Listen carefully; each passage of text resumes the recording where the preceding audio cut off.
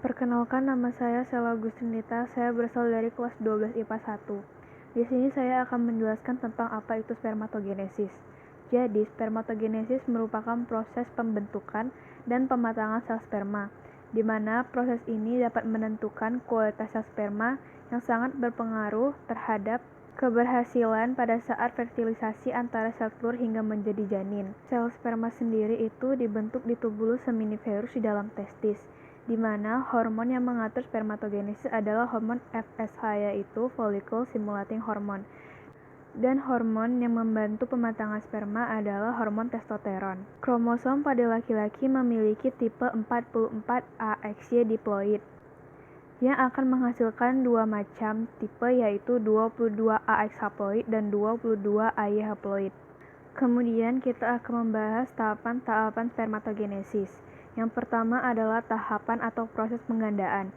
Dalam proses ini, sel primordial membelah secara mitosis secara terus-menerus, dan inilah yang nantinya akan menjadi spermatogonia atau spermatogonium, di mana spermatogonia atau spermatogonium ini merupakan induk dari sel sperma. Kemudian, spermatogonium atau sel induk sperma yang bersifat diploid akan mengalami pembelahan secara mitosis dan akan menghasilkan spermatosit primer yang bersifat diploid. Kemudian terjadi pembelahan meiosis 1, di mana pembelahan ini menghasilkan spermatosit sekunder bersifat haploid.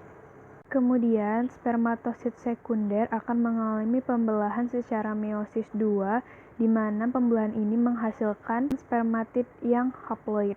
Kemudian spermatid mengalami pendewasaan di epididymis dan menghasilkan spermatozoa yang haploid. Setelah mengetahui apa itu spermatogenesis, tak salah jika kita belajar tentang struktur sel sperma. Jadi, struktur sel sperma itu terbagi atas 3, yaitu ada kepala, bagian tengah atau leher, dan bagian ekor. Yang pertama, pada bagian kepala sel sperma mengandung nukleus, dan pada ujung kepalanya terdapat akrosom yang menghasilkan enzim yang berfungsi untuk menembus lapisan-lapisan sel telur pada saat fertilisasi.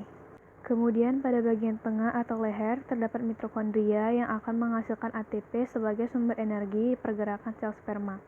Dan yang terakhir, bagian ekor. Fungsi ekor dalam sel sperma adalah sebagai alat pergerak.